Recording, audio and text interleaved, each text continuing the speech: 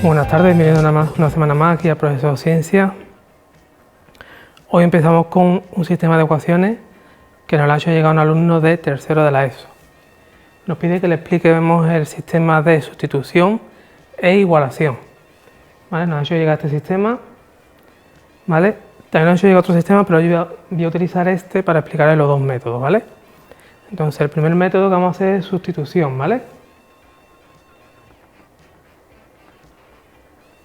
¿Qué significa sustitución? O bien de la ecuación de arriba o bien de la ecuación de abajo, despejo una de las variables, la que queráis. Yo siempre os recomiendo, en este caso, por ejemplo, esta que no tiene nada multiplicando, que está multiplicando por 1. Así que cogeríamos de aquí, les digo, podéis despejar la que queráis, ¿vale? Yo recomiendo siempre la más sencilla. En este caso sería 1 y este pasaría para acá restando. Y ahora, una vez lo tengo despejado, en la ecuación de arriba, donde ponga la x, tengo que poner todo esto, ¿vale? Por eso se llama sustitución, es decir, porque sustituyo la variable por la otra. Así que, cogiendo la ecuación de arriba, que esta de aquí sería 7x más 2, y en vez de la y pongo 1 menos 5x igual a 4. Ahora procedo.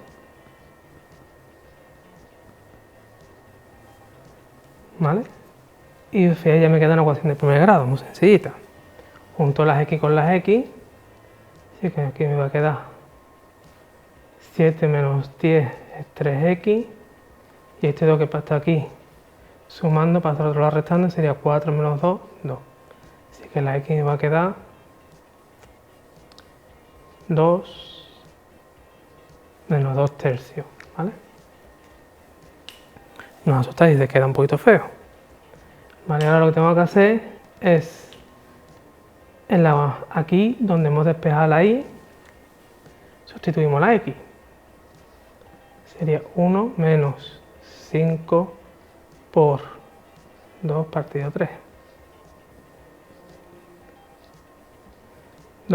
2 por 5, 10. 10 tercios, ¿vale? Si hacemos el mínimo, me va a quedar 13 partido 3, ¿vale? Sería el resultado. Vale, este sería el método de sustitución. Os recuerdo que lo que hemos hecho es despejar una de las variables, o bien de la ecuación de abajo o de la arriba, como queráis. Siempre os recomiendo la que no tenga ningún número multiplicando, para que sea más sencillo. Me queda 1 menos 5x, y ahora en la ecuación de arriba vamos procediendo. Sería 7x más 2, donde ponga la y, sustituyo, por ahí se llama método de sustitución, 1 menos 5x igual a 4, ¿vale? Y ya lo que me queda en la ecuación de primer grado, calculo la x y luego vuelvo a sustituir donde hemos despejado la x por el valor que hemos obtenido y calculamos la y, ¿vale? Este sería el método de sustitución. Ahora, para el método de igualación, ¿vale? Voy a aprovechar que tengo despejar la y, ¿vale? Para el método de igualación tenemos que despejar tanto arriba como abajo la misma variable y después igualamos, ¿vale? Se llama igualación, ¿vale? De aquí, si despejamos la y, me queda 2y, 4 menos 7x, y ahora el 2 está multiplicando, pasa dividiendo. Por eso antes he dicho que cogiéramos, cuando hiciéramos sustitución, evitáramos coger la que tuviera multiplicando por un número, para que no me quede fracción como me va a quedar aquí ahora. Ahora, el siguiente paso de igualación, como ya tengo las y despejadas, podéis despejar la x si queréis, lo que hacemos es igualar esto con esto.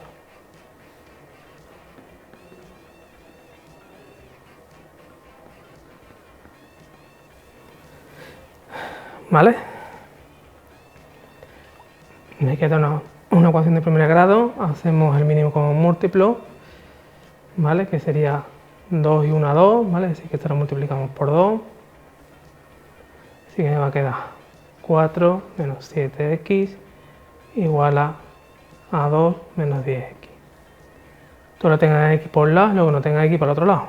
Sería menos 7x más 10x igual a 2 menos 4. me queda 3x igual a menos 2, es decir, la x vale menos 2 tercios, ¿vale? Vale. Una vez que tengo la x, sustituyo, me da igual aquí o aquí, o si la queréis por comprobación, podéis hacerlo los dos. Yo voy a sustituir en la más sencilla, que es en esta. El cálculo prácticamente que hemos hecho antes. Si esto me va a quedar 13 partido 3, sería la solución, que es lo que nos ha quedado igual, ¿vale? Es decir, este es el método de igualación.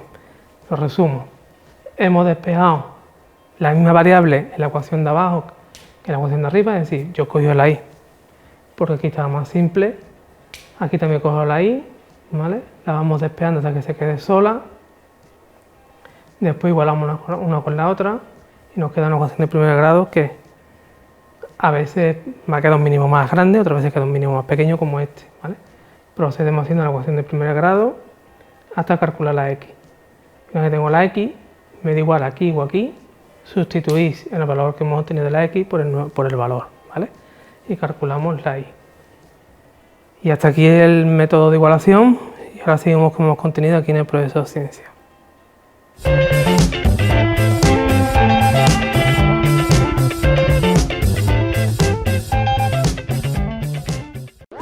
Usamos los números todos los días, pero no podrás creer quién los inventó y hace cuánto tiempo.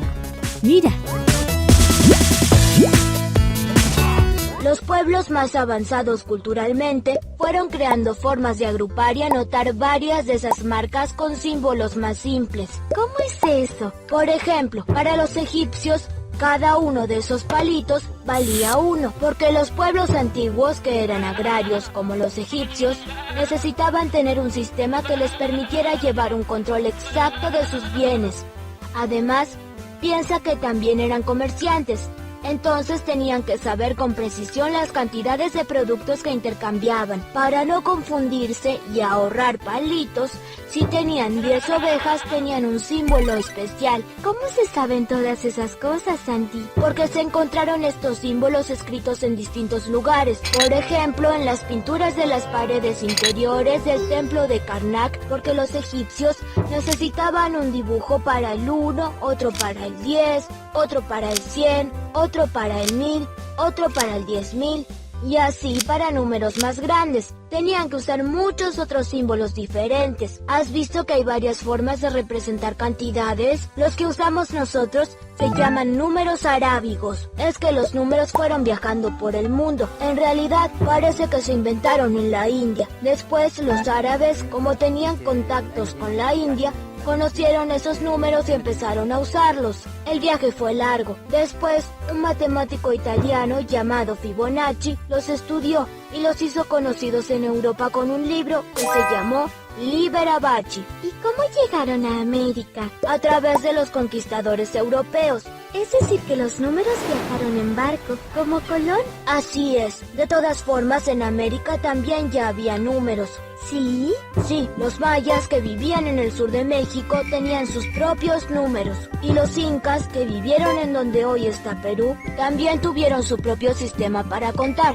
En este caso eran cuerdas de colores con varios nudos llamados quipo. ¿Cuántos números distintos? ¿Pero se siguen utilizando todavía? No, cuando los españoles conquistaron América, fueron incorporando el sistema numérico que ellos utilizaban. Y de a poco, los indígenas dejaron de utilizar los propios. Los números que usamos nosotros fueron llevados por los árabes desde Oriente hacia Europa. ¿Y por qué usamos esos? Porque tienen gran ventaja. Los números básicos son el 0, 1, 2, 3, 4, 5, 6, 7, 8 y 9. Y con estos se pueden combinar y armar todos los números que quieras.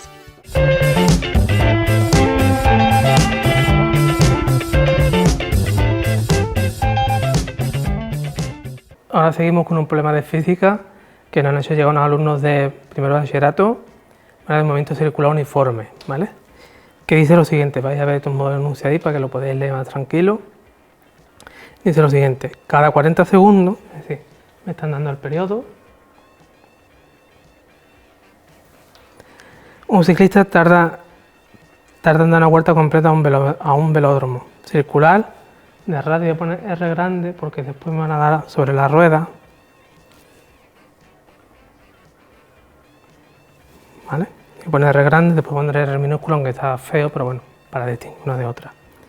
Se desprende, perdón, y el diámetro de la rueda de su bicicleta es decir, que me dan el diámetro, que es 0,90 centímetros, es decir, que el radio pequeño de la rueda, en este caso será 45 centímetros, o lo mismo, 0,45 metros. Vale, me pregunta la velocidad lineal del ciclista, velocidad angular del ciclista, el número de vueltas que da completo, la velocidad angular de la rueda y el periodo de la frecuencia de la rueda. Vale, antes de entrar en detalles con el problema, vamos a recordar el movimiento circular, ¿vale? Cuya fórmula es θ, que es la posición que se mide en radianes, que es el ángulo. Esto es el ángulo inicial, que se mide también en radianes, más la velocidad angular, que se mide en radianes segundo, por el tiempo, ¿vale? Que se mide en segundos.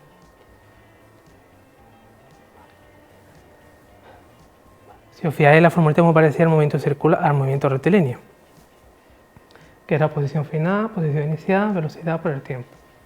Pero aquí es velocidad angular. Vale, ¿qué es la velocidad angular? Básicamente es como si fuera el número de vueltas que da en un segundo. Entonces se puede definir como 2pi partido t, o teniendo en cuenta que la frecuencia es la inversa del periodo, 2pi por la frecuencia. Frecuencia se mide en hercios, ¿vale? O segundo a la menos 1. Vale. Aquí también me preguntan por la velocidad lineal. La velocidad lineal se define como la velocidad angular por el radio, ¿vale? Como la primera pregunta es por la velocidad lineal del ciclista, la velocidad lineal la vamos a definir como 2pi partido del periodo, que es 40, por, en este caso, 70 metros. ¿Vale? Si yo no me equivoco mal, aproximadamente esto queda unos 11 metros por segundo, la velocidad lineal, ¿vale? También en el apartado B me preguntan por la velocidad angular del ciclista, que básicamente es esto de aquí. Así que la velocidad angular, a mí me sale aproximadamente 0,16 radianes por segundo. Esta no la doy en función de pi porque no me piden más datos, la podemos poner directamente con decimales. Vale, ahora, para el apartado C dice el número de vueltas que da en 40 segundos, ¿vale? Pero en este caso, la rueda, ¿vale? Es decir, para calcular la posición o el número de vueltas que da la rueda, necesito la velocidad angular de la rueda. Para eso voy a utilizar esto de aquí, que es la velocidad lineal. No es que sea constante, pero la proporción tiene que ser la misma. Si la misma velocidad lineal del ciclista tiene que ser la de la rueda. Así que esto va a ser igual que la velocidad angular de la rueda, ¿vale? En este caso, por el radio de la rueda, que es 0,45. ¿Vale? Si despegamos de aquí, yo le voy a dejar expresar en función de pi y voy a ver por qué. Puedes dejarla con decimales, es decir, no está mal, ¿vale? Yo simplemente para que quede el número redondo y hacerlo un poco más en los cálculos aquí. 7,8 pi radianes partido segundo, ¿vale? Bueno, tengo la velocidad angular de la rueda, ya puedo calcular la posición final. La posición final, esto va a ser 0 porque no me lo dice. La velocidad angular es 7,8 pi, ¿vale? Por los 40 segundos, ¿vale? Y esto se mediría en radianes, ¿vale? Esto sería el ángulo. No lo voy a multiplicar, ¿por qué? Porque como me pide el número de vueltas, lo tengo que dividir, que una vuelta son 2 pi radianes. Básicamente es como si dijéramos que una vuelta son 360 grados, pero lo expresamos en radianes. Y ponemos aquí 2pi radianes es una vuelta. ¿Vale? Y a mí aproximadamente los pi ahora se me van, por eso lo dejo en función de pi. 40 entre 2 será 20 y 20 por 7,8 aproximadamente son 156 vueltas, que son las que dan la rueda, ¿vale? En los 40 segundos. Y ahora después ya me pregunto lo que es el periodo de la frecuencia de la rueda. Como tengo la velocidad angular, que es 7,8 pi, ¿vale? Yo sé que esto es igual a 2 pi partido t. Se me va aquí esto y los pi. Si despejamos la t me va a quedar 0,3 segundos, ¿vale? Pues yo utilizo también la de 2 pi por la frecuencia, es decir, si ponemos 7,8 pi igual a 2 pi por la frecuencia, se van los pi y la frecuencia aproximadamente me queda,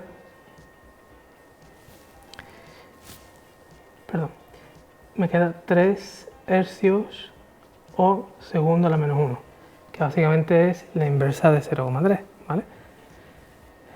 Os repito, nos daban los datos del ciclista, nos daban su periodo y el radio de la pista, recordando las formulitas que hay, que está la posición mide en radianes, la velocidad angular que mide en radianes segundo, que es 2 pi partido t, y que la velocidad lineal es la velocidad angular por el radio. Para calcular la velocidad lineal del ciclista hemos utilizado la de omega por r, y omega la hemos calculado aquí, os la hemos dejado indicada, salía 11, ¿vale? Que tiene que ser la misma que la de la rueda, ¿vale? Porque tiene que tener la misma proporción, porque si no, básicamente es como el ciclista y la rueda irían por separado, y no es el caso. Entonces igualamos una con la otra, ponemos aquí velocidad angular de la rueda, el radio de la rueda, y hemos calculado la velocidad angular de la rueda. Con la velocidad angular hemos calculado la posición final, la deja indicada, y para pasar de posición final al número de vueltas lo dividimos por 2 pi porque es una vuelta. Nos queda 156 vueltas, y ya por último nos pedían el periodo de la frecuencia, que lo hemos sacado de la formulita de 2 pi partido t. Y hasta aquí el problema del movimiento circular uniforme, y ahora seguimos con más contenido en el profesor de ciencia.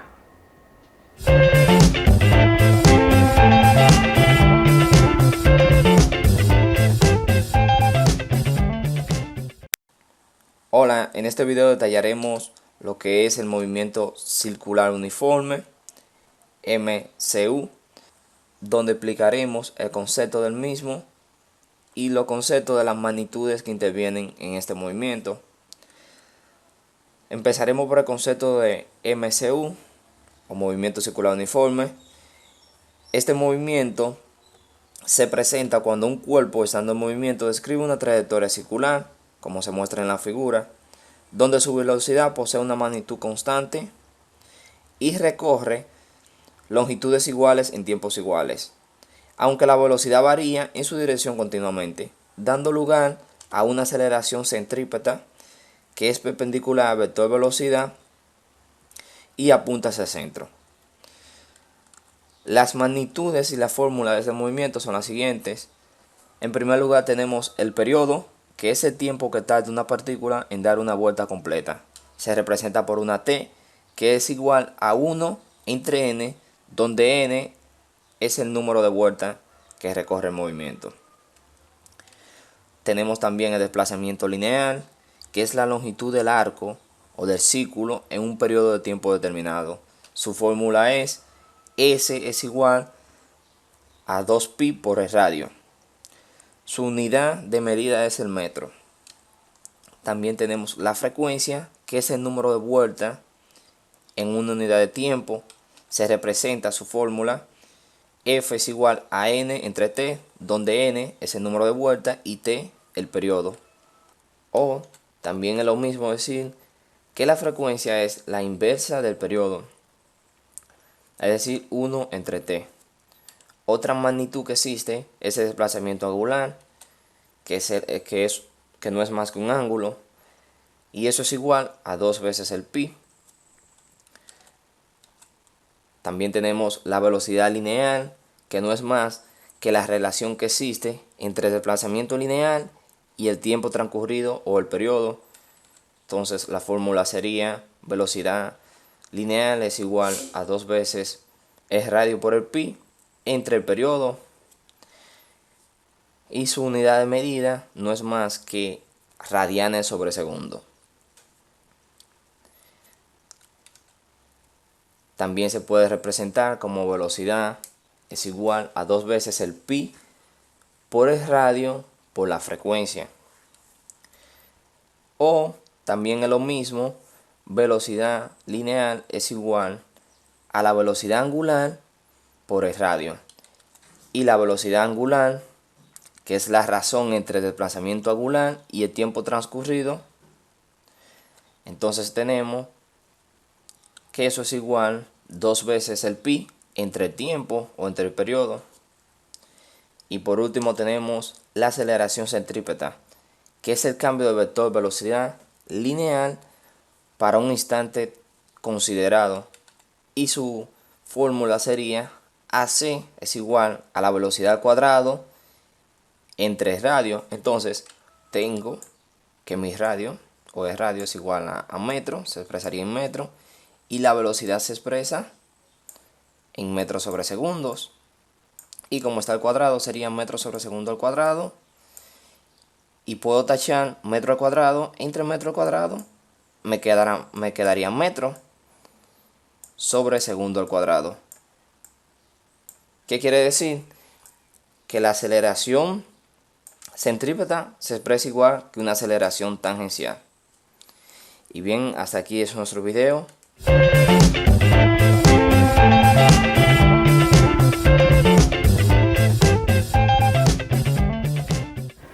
Hasta aquí el programa de hoy, donde hemos resuelto dudas sobre el sistema de ecuaciones por el método de sustitución, el método de igualación, y hemos resuelto un problema de movimiento circular uniforme.